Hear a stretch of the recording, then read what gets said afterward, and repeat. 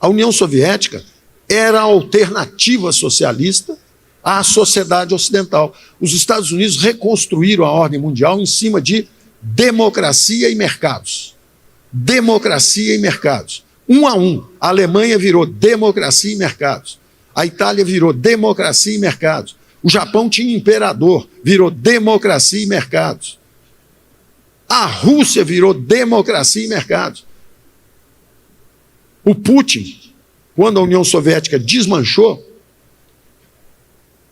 o Putin tinha medo do Bush e admirava o Tony Blair. E é na hora que o adversário é derrotado que você tem que ser generoso. A generosidade é essa.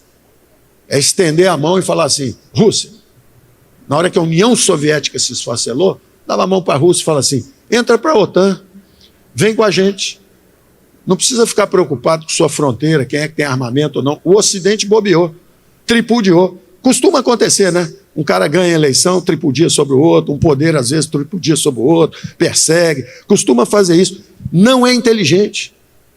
O inteligente é pacificar a partir da força. Você ganhou, pacifica. Para que você vai pisar? Bom, resultado. A Europa foi se expandindo as fronteiras armamentistas, chega um momento em que a Rússia fala, bom, acabou, agora eu vou para a confusão, não tem nada a perder, vou para a confusão. Se eu tomar a Ucrânia rápido, ganhei. Se eu perder, meu irmão mais velho vem cá e mostra que ele é que tem influência, não mais os americanos. A influência geopolítica global agora é a China. A hora que a China quiser, chama o irmãozinho e fala assim, ó, está atrapalhando meu negócio, para.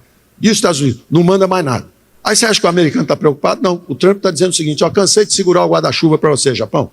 Você invadiu a China, bateu muito nos caras, se vira aí, tá? Ô, Coreia do Sul, dá uma olhadinha na Coreia do Norte, que eles estão mandando uns balões aí cheios de excremento e jogando em cima de vocês. Ainda bem que é excremento, podia ser bomba. Macron, fica esperto aí, tá? Conversa com o Putin. Sabe aquela mesona grande, que ele senta lá numa pontinha, você fica na outra, nem enxerga direito? Se entende com ele aí, porque eu não vou ficar segurando guarda-chuva para todo mundo me xingar. Todo mundo xinga os americanos, então faz o seguinte, cada um cuida de si, tá? Eu vou cuidar de mim. Vou cuidar da NAFTA, North American Free Trade Area. É disso que eu vou cuidar. Eu tenho recursos. É uma das poucas áreas populacionais do mundo que vai continuar com a população crescendo lentamente. É México, Estados Unidos e Canadá. Eles estão olhando para isso. Se o Trump ganhar a eleição, ele vai olhar para isso. O resto, ó, cada um que se vire aí, tá? Cada um cuide por si e Deus por todos, tá? Cada um por si e Deus por todos. Então o mundo está numa fragmentação dramática. E tudo isso que eu estou conversando, isso era analisado. Nas reuniões de G20, nas reuniões de Banco Central lá fora, nós conversamos sobre isso. E os americanos usavam, a secretária de Tesouro americana usava uma expressão que era o seguinte, olha, acabou o modelo antigo, há uma fragmentação das cadeias produtivas, eu não vou ficar fazendo semicondutores em Taiwan. 75% dos semicondutores são feitos em Taiwan. O Covid nos ensinou um negócio muito importante. Na hora que bloqueia os portos, por causa do Covid, a China bloqueou os portos, parou a atividade, prejudica telecomunicações, 5G, automóveis, toda a inteligência do Ocidente está sob ameaça. Não é só o tênis Nike que vem do Vietnã, é toda a inteligência digital que vem de Taiwan.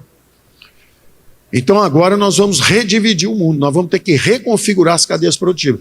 Aí eles conversando entre eles falaram, portanto, nós agora vamos fazer o friendshoring, nós vamos agora investir o nearshoring, nós vamos investir nos amigos, nos próximos. O maior ganhador, o México. O México ficou com o PIB do tamanho do Brasil. Em 3, 4, 5 anos, o México encostou no Brasil. E o México tem uma corrente de comércio hoje com os Estados Unidos maior do que a China. É um negócio absolutamente estonteante o que aconteceu. O México deu um salto. Independente de quem é presidente, se é de esquerda, se é de direita, se é do centro, se é de baixo, se é de cima, está do lado ali, subiu. É como o Paraguai, aqui do lado da gente. Paraguai, quando tiver o Brasil aqui, o Paraguai vai nadar de costas. Só baixar o imposto um pouquinho, as fábricas saem do Paraná, vão para o Paraguai, todos os agricultores ali, Mato Grosso, desce todo mundo para o Paraguai, uma beleza. Então, é mais ou menos o que está acontecendo com o México. Tudo que é simples, tecnologia para fazer geladeira, automóvel, essas coisas, máquina de lavar, isso tudo vai para o México. Agora, tem também o que é mais complexo, capital intensivo. Você não consegue mais fazer na China. Os investimentos estrangeiros na China colapsaram. A China está com problemas. Você só não escuta o som. Porque, por definição, sistema politicamente fechado não tem problemas. O cara que cria problemas sai. Ele desaparece. Ou correndo, na Venezuela, 7 milhões saíram correndo. Ou o cara tem um ataque cardíaco, bebeu um negócio que não estava bom, sofreu um pequeno ferimento no braço e aquilo infeccionou. O cara não pode encher o saco. Na regra política, no sistema politicamente fechado, não há reclamações. Só aqui que tem essa barulheira toda. Então, o Ocidente está em transe. O Ocidente está dizendo o seguinte: será que vale a pena? É muito barulho, é muita confusão. Será que é guerra civil? Não é? Não vai haver isso. Mas eu estou descrevendo um pouco o clima que está acontecendo do lado de cá do mundo.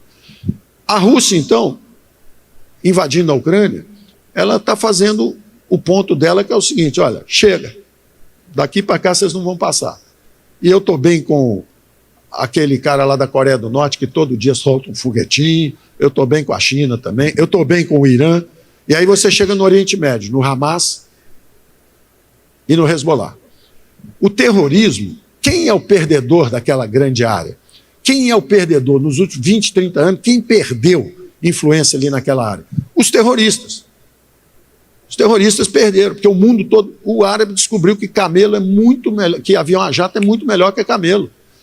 Voa mais rápido, não bebe tanta água, mas polui. Esse é um papo para depois, vamos embora, vamos para frente. Quer dizer, os árabes descobriram. E estavam virando um grande centro financeiro. Dubai, Abu Dhabi, Riad. O dinheiro circula por lá. O dinheiro não está mais na Inglaterra, Londres, o grande centro financeiro mundial. Não, a Inglaterra está cedendo sob o peso dessa competição. E o dinheiro está se deslocando para o Oriente Médio. E eu estava lá, fui visitá-los, logo saí do governo, fui na Alemanha para ver os alemães, que são craques em tecnologia aplicada, fazendo toda a transição energética. Fui aos árabes, que estão querendo financiar a transição energética e a segurança alimentar da região deles. E conversando com eles, eu estou entrando lá, estou vendo sair o Rei Dalio, o maior investidor americano, o maior gestor americano. Aí eles perguntaram, eu falei, é o Rei Dalio, né? Está mudando para cá, vai morar aqui. Por quê? Porque o imposto de renda é zero. Então ele está vindo para cá. Então, eles estão quase assinando o acordo de Abraão. Eles iam fazer um acordo de paz com Israel.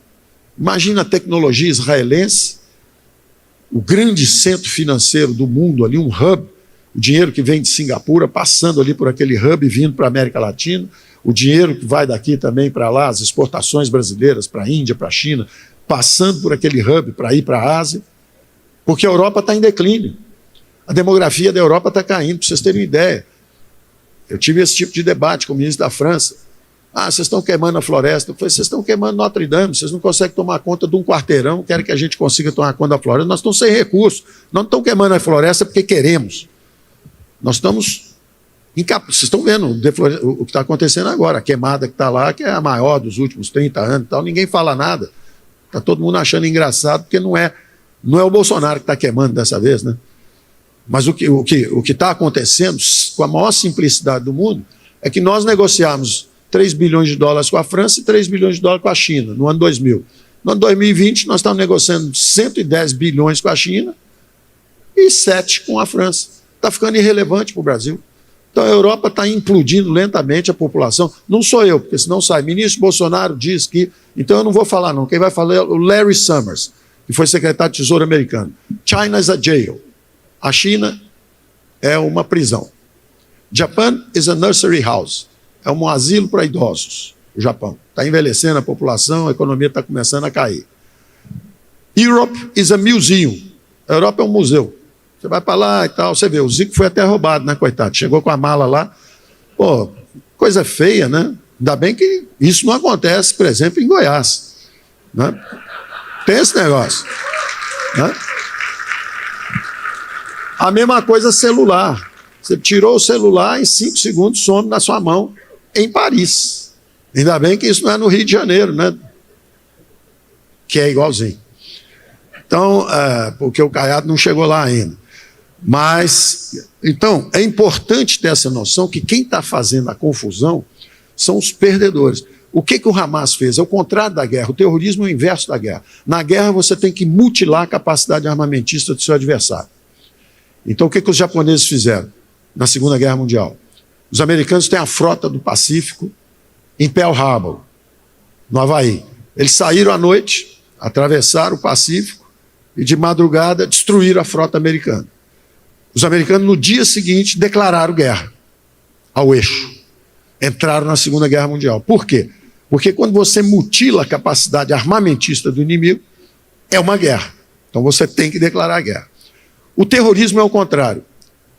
Você sabe que não tem capacidade de causar essa mutilação no inimigo. Então, Hamas e Hezbollah sabem que o exército israelense é muito superior. Eles não têm essa capacidade. Então, o que eles fazem? A barbárie. Você invade uma comunidade, queima criança, decapita homens, estupra mulheres. Você faz algo tão selvagem que você invade a mente do inimigo. E o seu inimigo se automutila. Começa um backlash da maior ferocidade, aí morre 40 mil pessoas, aí o mundo todo, a opinião pública toda, começa a anistiar o selvagem. Porque saiu de centro, perdeu o equilíbrio emocional, ou assim é avaliado. Mesmo se os 40 mil fossem terroristas, ainda assim eu dizer, não dá para matar, é desproporcional, 40 mil contra 1000, não é possível e tal. Então, aí você entende o que está acontecendo. Eu queria que vocês encaixassem isso. Em vez de falar assim, o mundo é um caos, não. O mundo estava ordenado, extraordinariamente bem, subindo, encaixando tudo. De repente veio um Covid e cortou as cadeias produtivas. Aí o mau aluno pega a hora da confusão, aconteceu uma confusão qualquer, é essa hora que ele joga a bolinha de papel na cabeça de um, bota os chicletes, é na hora da confusão que o cara que está perdendo aproveita. Puxa o calção do juiz, chuta o bandeirinha, na hora da confusão é que o agressor aparece. E aí aparece em vários lugares. Quem é o perdedor das Américas, da América Latina? É difícil, mas tem um que está afundando muito mais rápido que todo mundo. Né? O continente perdido está afundando, mas tem um que afundou mais rápido. Quem foi? A Venezuela. É dali que vem a confusão. Vou fazer um plebiscito para saber se aquele petróleo do vizinho é nosso. O que vocês acham? Quem tiver contra, ou é eliminado ou sai correndo. 7 milhões fugiram. Agora eu vou fazer o plebiscito para saber... Ora, esse cara é que vai criar confusão, é quem está perdendo. Então, a gente não pode se impressionar com isso. Você tem que olhar a verdadeira dimensão do que está acontecendo. O mundo subiu muito e agora ele está se reconfigurando exatamente porque os perdedores aproveitaram o vácuo e começaram a confusão. Então, ele vai se reconfigurar. Ele vai ter que criar uma nova logística. Rotas verdes, em vez de... Eu estou falando para vocês o que eu estou conversando. Estou em Nova York outro dia conversando com uma grande empresa de transporte, maior do mundo. Eles são dinamarqueses. E eles falando, olha, nós estamos reconfigurando as rotas vão ser rotas verdes agora, vão ser rotas diferentes. Nós não podemos correr o risco de afundar um barco desse de 3, 4 bilhões de dólares de prejuízo. Então nós não vamos poder passar lá, nós vamos ter que fazer o caminho das Índias de novo, nós vamos ter que passar lá por baixo, lá pela África do Sul, tudo vai subir de preço. Aí você vê no mundo inteiro a inflação resiliente, o Banco Central vai baixar, não consegue baixar, a inflação está alta no mundo inteiro, a perturbação política, a ressurreição dos conservadores com muita força, a esquerda hegemônica batendo em retirada, perdeu as bandeiras. Bandeira da transparência, como transparência? Vocês estão roubando. A bandeira da paz universal, como? Vocês estão do lado dos ditadores. O que é a esquerda hoje? É o Kim Jong-un lá na Coreia do Norte, é a China, é o Putin, é o Noriega, é o outro ditador aqui, o Maduro. Não, ele ganhou uma eleição, não ganhou nada. Você não ganhou a eleição. Maduro, você perdeu a eleição. Quem está falando isso? É um brasileiro. Eu tenho atas, vocês nem atas têm. Meu sistema é mais seguro que o de vocês. Nós estamos escutando isso, eu não falei nada, estou só escutando. Olha os absurdos, olha o que a gente está ouvindo, olha o trepidar que está acontecendo. E vai continuar. Mas nós não podemos nos impressionar, achar que o mundo vai acabar. Não. Os que perdem começam a fazer tumulto. E estão fazendo tumulto. E aí vai ter essa reconfiguração de todas as cadeias produtivas. O nearshore, que é o México, eu cansei de falar, quando eles falavam, vamos fazer o nearshore. Aí o Brasil está pertinho. Aqui, ó, nós estamos aqui também. Ah, mas não basta estar perto. A Rússia está pertinho da Europa, mas a energia, ela cortou a energia. Tem que ser amigo, não pode ser hostil. É o friendly shoring. Então nós vamos investir agora em países que são amigos. Por exemplo, a Índia forma 1 milhão de PhDs por ano. Então dá para fazer a mesma produção científica que a China fazia.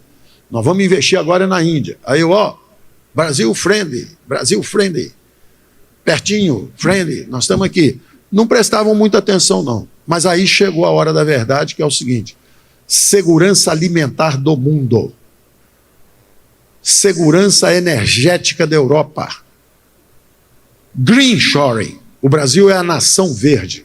É o que menos poluiu, é o que menos destruiu o meio ambiente, é o que mais absorveu culturas, é uma cultura generosa, amistosa, não é de briga. Não é de briga. Político briga, um xinga o outro, tal, depois toma um cafezinho ali. Não é normal o que está acontecendo agora, não. O normal é um xingar o outro, depois tomar o cafezinho junto. Não é perseguir, não é nada disso. Então, a nossa tradição não é essa. A nossa tradição é realmente de absorver culturas. Um chinês me dizia outro dia, um chinês super importante me dizia outro dia, falou o seguinte: é o único lugar do mundo que um chinês chega e 1 ano depois casou com alguém. Pode ser afrodescendente, pode ser nativa, pode ser europeia, pode ser o que for. Aqui eles casam. Se o cara vai para os Estados Unidos, que é a nação da liberdade, ele vai para Chinatown.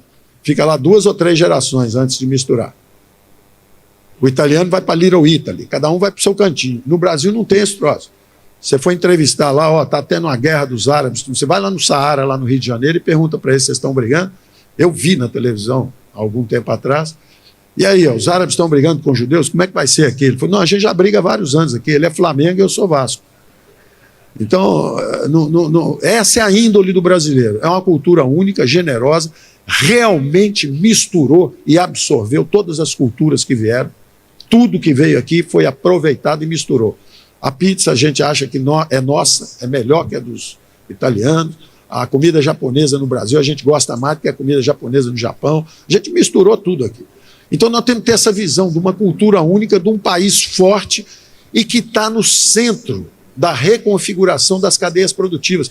Eu falei isso nos eventos que eu ia lá fora. Eu chegava lá, não é à toa, a gente conseguiu a conversa aqui que nós não éramos respeitados, que isso, que aquilo. Conversa fiada. Nós fizemos o presidente do BRICS, depois nós fizemos o presidente do BID, nós fizemos, primeira vez que o Brasil faz presidente dessas organizações internacionais, porque nós falávamos exatamente isso, falava: olha, o Brasil é a chave para a segurança alimentar do mundo. A população do mundo, nós ficamos 1930 anos, para o ano que Jesus Cristo nasceu, para chegar a 2 bilhões, foram quase 20 séculos.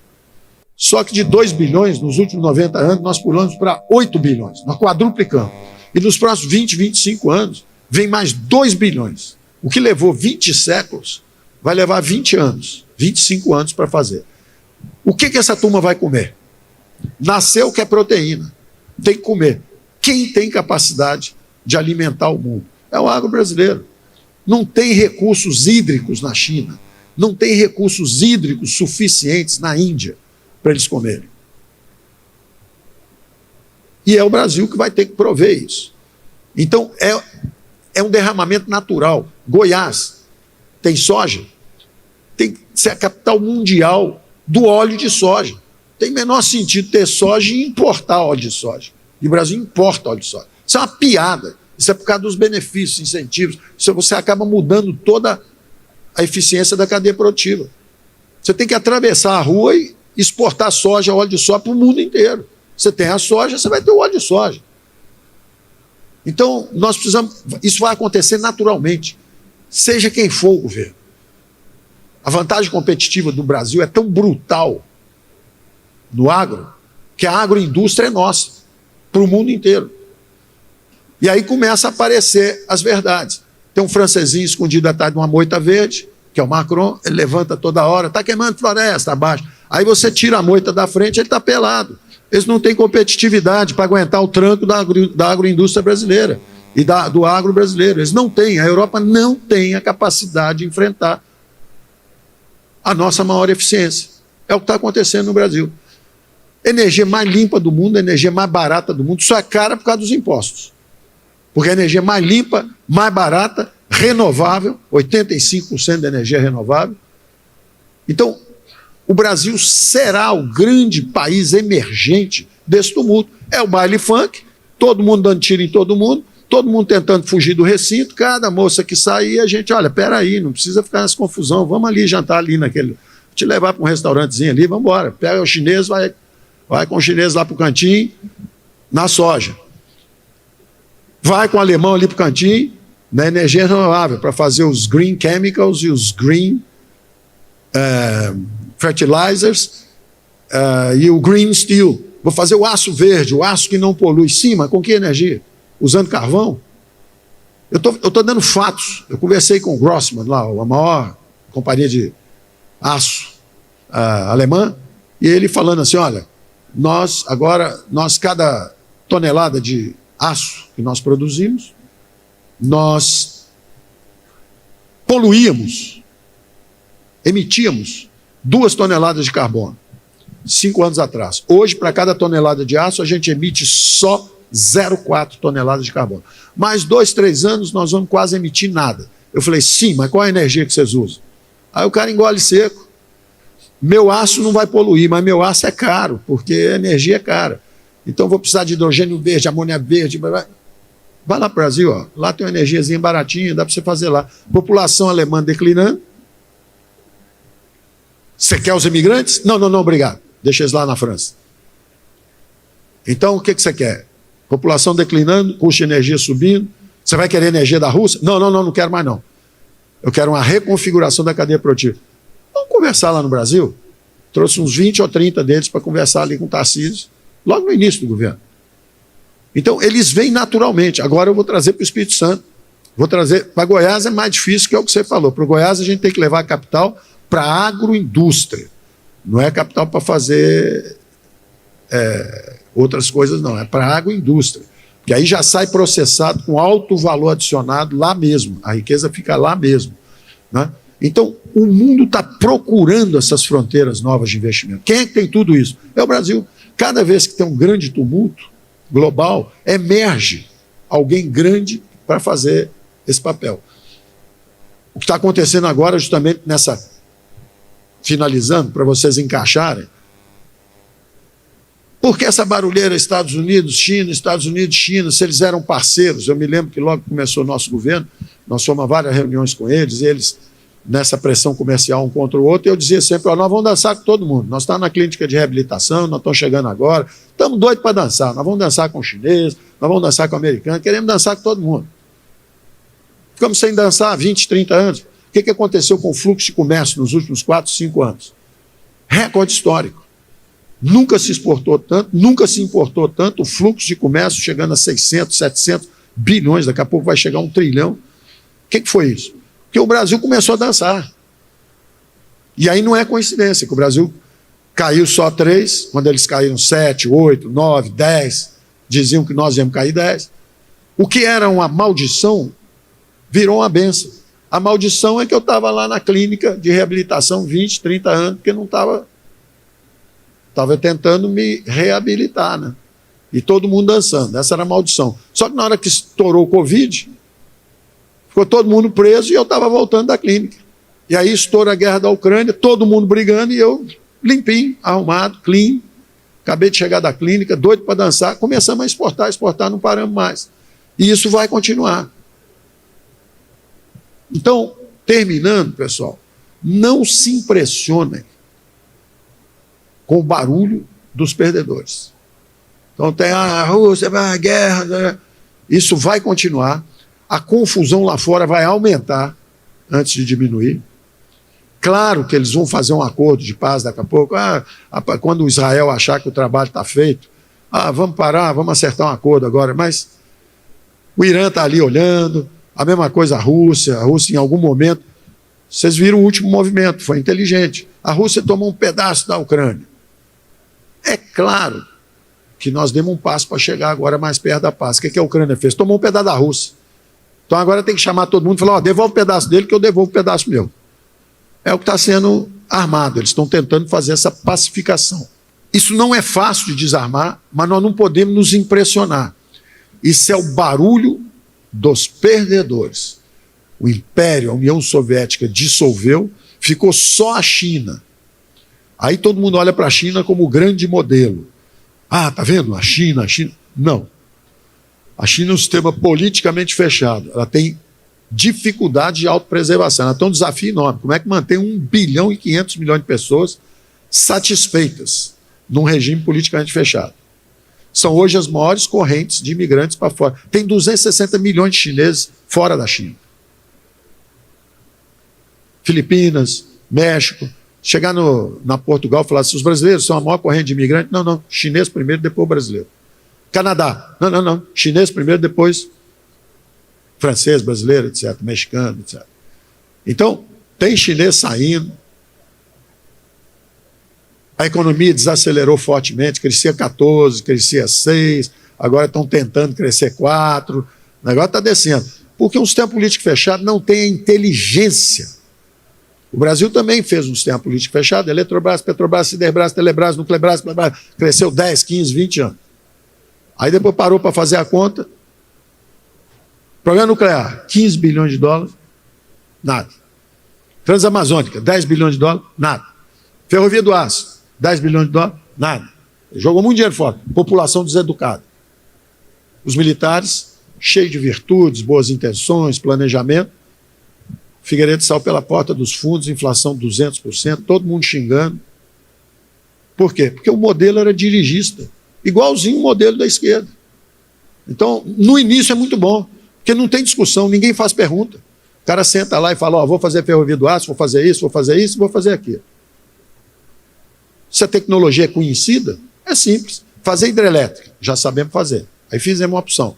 Fazer estrada, sabemos fazer, mesmo que seja de lugar nenhum para lugar algum. Mas você faz. Naquela época nós fizemos. Da bananeira para a outra bananeira. A Transamazônica cortou aquele negócio todo e ficou lá. Teve que ser toda refeita, porque não tinha nada, não tinha gente. O que adianta fazer a estrada? Então, há grandes erros de planejamento, como são as cidades vazias que a China fez e está lá, não tem habitante. A cidade está pronta, está tudo lá, prédio, grupo escolar, está tudo lá esperando, só não tem população. A população até começou a declínio agora. De novo, o erro do planejamento. Só pode ter um filho. A população está crescendo muito, só pode ter um filho. Ok, morre um casal, nasce um. Morre um casal, nasce um. E erramos. Puxa, corrigir um erro desse são 30, 40 anos. Mas agora tenham filhos. 30, 40 anos para corrigir um erro. Então o planejamento tem muitas consequências não intencionais. E qual é a virtude do sistema descentralizado de decisão? Você pegar os 10 maiores bilionários americanos, nenhum herdou nada. Um fez a Microsoft numa garagem, o outro criou a Apple não sei aonde. Quer dizer, é uma riqueza imensa que é criada pelo ser humano livre. Então, a democracia é um algoritmo de decisão política descentralizada que tem séculos, milênios, 2 milênios e meio já, desde Péricles, que foi o auge do mundo grego. Você tem que apostar nesse sistema, não tem outro. É esse mesmo, é o que o Churchill dizia. É o pior tirando todos os outros. Tirando todos os outros, ele é o pior, mas tirando todos os outros. Então nós temos que, é isso, cada um dentro das 4 linhas, quem sair das 4 linhas, os outros poderes têm que juntar e remeter de volta. Essa é a virtude do sistema, é corrigir os excessos. E do outro lado, a economia de mercado, que é a mesma coisa. É a desconcentração do poder econômico, é a competição, a abertura da economia, impostos mais baixos. Então, o caminho é conhecido, o caminho da prosperidade é conhecido, todo mundo sabe qual que é o caminho. Menos o continente perdido da Atlântida, que agora vai começar a corrigir. Né? E aí começam a surgir as figuras conservadoras, mas que estão tentando desesperadamente ir nessa direção nova. Eu fico por aqui, o Brasil tem um futuro pela frente que é incontornável, é uma nação emergente que vai ser a segurança alimentar do mundo, a segurança energética da Europa, a segurança digital. Vocês têm que pensar no seguinte, é o 4º maior mercado de penetração digital.